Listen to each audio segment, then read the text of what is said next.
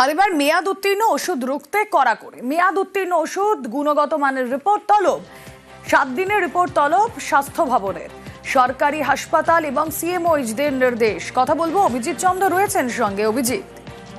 রুমেলা, গত বেশ কিছুদিন ধরে দেখা গেছিল মধ্যপ্রদেশে যে কাপ সিরাপ কাণ্ড হয় এবং আরো বেশ কিছু জায়গাতে যে বিভিন্ন সমস্যাগুলো দেখা গেছিল এই মেয়াদ উত্তীর্ণ ওষুধ নিয়ে, অর্থাৎ এক্সপায়ারি ডেট চলে যাওয়া ওষুধ নিয়ে, তাই নিয়ে সতর্ক রাজ্যের স্বাস্থ্য দপ্তর।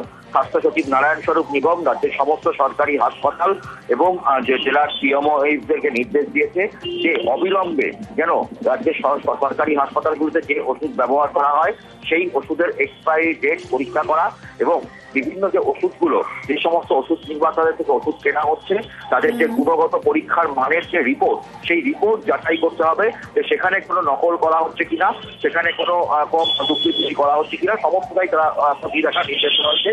এবং আগামী 7 দিনের মধ্যে এই যে খতিয়ে দেখার যে রিপোর্টটা সেটাও পাঠাতে বলেছে, যাতে কোনো রকম গাফিলতি না হয় সেটা দেখার। অর্থাৎ সাধারণ মানুষ যারা সরকারি হাসপাতালের উপর নির্ভরশীল, সরকারি মেডিকেল কলেজের উপর নির্ভরশীল, তাদের ক্ষেত্রে যেন ওষুধের ক্ষেত্রে কোনো রকম গাফিলতি নজর না আসে।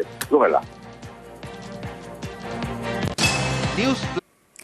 ধানের জমিতে পোকার হানা, কালনার ছবি দেখাবো। ধান চাষে ব্যাপক ক্ষতি, ধুলোর মতো গুঁড়িয়ে যাচ্ছে ধান, ওষুধ দিয়েও আটকানো যাচ্ছে না।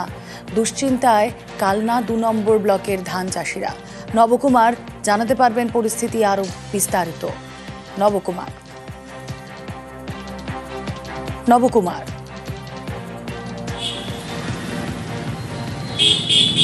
দেখো, বিষয়টা হচ্ছে যে কালনার যে 2 নম্বর ব্লক, সেখানে বেশ কিছু ধানের জমিতে যে শোষক পোকা, বাদামি শোষক পোকা দেখা দিয়েছে।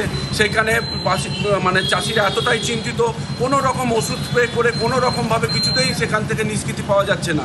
বিষয়টার মধ্যে দিয়ে তারা বলতে চাইছে যে এই যে বিষয়টা আছে তাদের যে ধান এত পরিমাণে ক্ষতি হচ্ছে এবং তাতে এবার হ্যাঁ নবকুমার।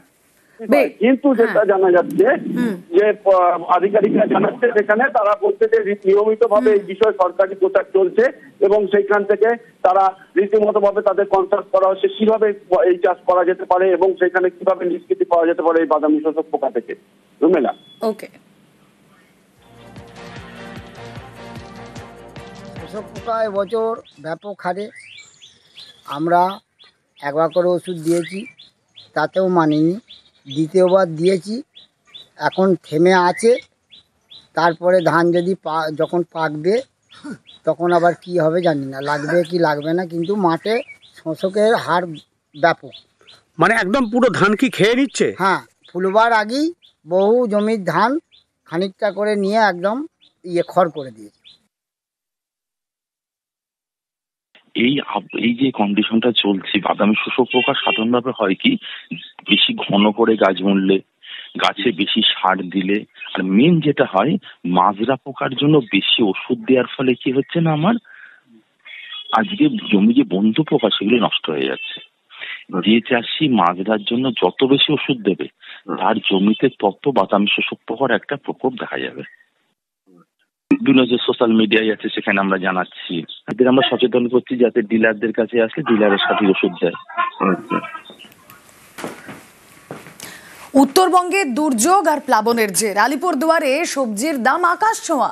দুর্যোগ প্লাবনে ব্যাপক ক্ষতি, প্লাবন বিধ্বস্ত এলাকায় সবজির দাম বেশি। বেগুন, ফুলকপি, লঙ্কার দাম আকাশ ছোঁয়া। চাষের ক্ষতিতেই এই দাম বৃদ্ধি বলছেন বিক্রেতারা। কথা বলবো, রাজকুমার রয়েছেন সঙ্গে। রাজকুমার, আজ প্রতিপদে অনেকের বাড়িতে ফোটার চল আছে, আবার আগামীকাল ভাতৃদ্বিতীয়া, সুতরাং খাওয়া দাওয়ার একটা বিষয় থাকছে, কিন্তু বাজারে গেলেই তো হাতে ছ্যাঁকা লাগবে যা অবস্থা আলিপুরদুয়ারে।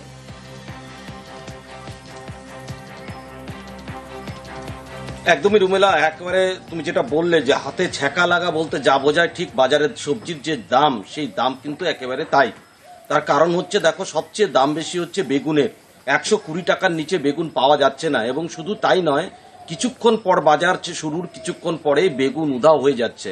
যে সবজির বিক্রেতারা আছে তারা জানাচ্ছেন যে এই যে বন্যায় প্রবল যে ক্ষয়ক্ষতি হয়েছে, সেখানে তোরসা নদীর চর সহ বিভিন্ন নদীর চরে যে বেগুন চাষ হতো সেই বেগুন চাষে প্রবল ক্ষতি হয়েছে। ফলন্ত বেগুন গাছ নষ্ট হয়ে গেছে, ফলে বাজারে কার্যত কিন্তু বেগুন অমিল, মানে বেগুন পাওয়াই যাচ্ছে না। শুধু তাই নয়, ফুলকপি 80 থেকে 100 টাকা কেজি ধরে বিক্রি হচ্ছে, এবং যে বাঁধাকপি কিছুদিন আগেও, বন্যার আগেও কিন্তু 30 টাকা 40 টাকা কেজি ছিল, সেটাও এখন 60 টাকা কেজি বিক্রি হচ্ছে, এবং লঙ্কা 100 টাকা 120 টাকা কেজি ধরে বিক্রি হচ্ছে। এই যে ভাইফোঁটা এবং উৎসবের মরশুম এখন চলছে, আজকেও প্রতিপদ অনেকের ভাইফোঁটা আছে, খাওয়া দাওয়া করতে কিন্তু মানুষজন সমস্যায় পড়ছে, কারণ হচ্ছে বাজারে সবজির দাম বেশি, কিন্তু কিছু করারও নেই। এই অবস্থা এখন কতদিন থাকে সেটাই এখন দেখার। রুমেলা, বেশ। বন্যাতে যে সবজির দাম বাড়তে, গৃহস্থ অনেক মাল নষ্ট হয়েছে, অনেক সবজি। আমরা যেখানে আগে 10 কিলো বেগুন আনতাম, সেখানে এখানে 2 কিলো বেগুন এনে বিক্রি করতে লাগতেছে, কারণ আমাদের কেনাই পড়তেছে 80 টাকা 90 টাকা। তো আমরা বেচবো কি, খাবো কি? সাধারণ লোক যেখানে আধা কিলো 1 কিলো বেগুন নিত, এখন সেখানে এসে 250 গ্রাম বেগুন নেয়, 100 গ্রাম বেগুন নেয়। সবজির দাম এত হুট করে বাইরে গেছে, আমাদের দোকানদারি করার সমস্যা হয়ে গেছে। কাস্টমার জিনিস নিচ্ছে না ঠিক মতন, নষ্ট হচ্ছে ফসল, জিনিসের দামও বাড়তেছে। খাবে কি? লোক কি খাবে, আমরা কি খাবো? বন্যা হওয়ার পরে তো সবজির দাম তো অনেকটাই হাই। আজকে বাজারে 120 টাকা করে কিলো বেগুন যাচ্ছে, এবং ফুলকপি প্রায় 100 টাকা 80 টাকা করে যাচ্ছে। সাধারণ মানুষের ক্ষেত্রে অনেকটাই কষ্ট হয়ে যাচ্ছে, কারণ এই বন্যাতে অনেকেরই ফসল নষ্ট হয়ে গেছে। তো সেই ক্ষেত্রে এখন সবজির দাম বেশি হওয়াতে আমাদেরই কিনতে হিমশিম হচ্ছে, তো সাধারণ মানুষের আরও কষ্ট হবে এই বন্যার কারণে।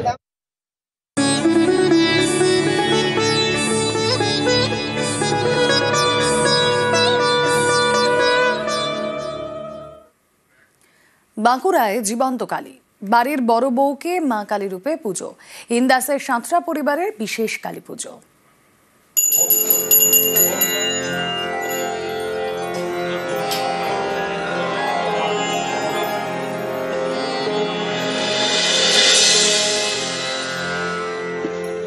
গলায় মালা, কপালে চন্দনের খোঁটা, ঠাকুর দালানের বেদিতে দাঁড়িয়ে জীবন্ত কালী।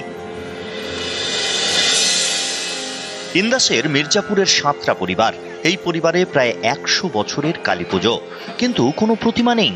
মা কালী রূপে পুজো করা হয় বাড়ির বড় বউকে। 39-40 বছর ধরে দেখে আসছি, আমার বাবাই হচ্ছে মেন, বাবাই পূজা করে। হীরাবালা সাঁতরা, ইনি এখন সাঁতরা পরিবারের বড় বউ। 40 বছর ধরে তাকেই মা কালী রূপে পুজো করা হচ্ছে। দেবীর স্বপ্নাদেশ নিয়েই এই পূজা কিন্তু শুরু হয়। প্রতিদিনই কিন্তু এখানে নিত্য পূজা হয়ে থাকে। যখন ওই পুকুর থেকে ঘট নিয়ে আসা হয়, ঘট নিয়ে আসার জন্য বিভিন্ন পাড়ার মানুষ বা পার্শ্ববর্তী এলাকার মানুষ বা দূর দূরান্ত থেকেও মানুষ আসেন, যারা এখানে মানত করে গেছেন, তারাও কিন্তু আজকের দিনে আসেন। বাড়ির বড় বউকে জীবন্ত কালী রূপে পুজো, ভোগ নিবেদন যজ্ঞ। পুজোর পরের দিন ঘট বিসর্জন করা হয়। বাঁকুড়া থেকে দেবব্রত মণ্ডল, নিউজ 18 বাংলা।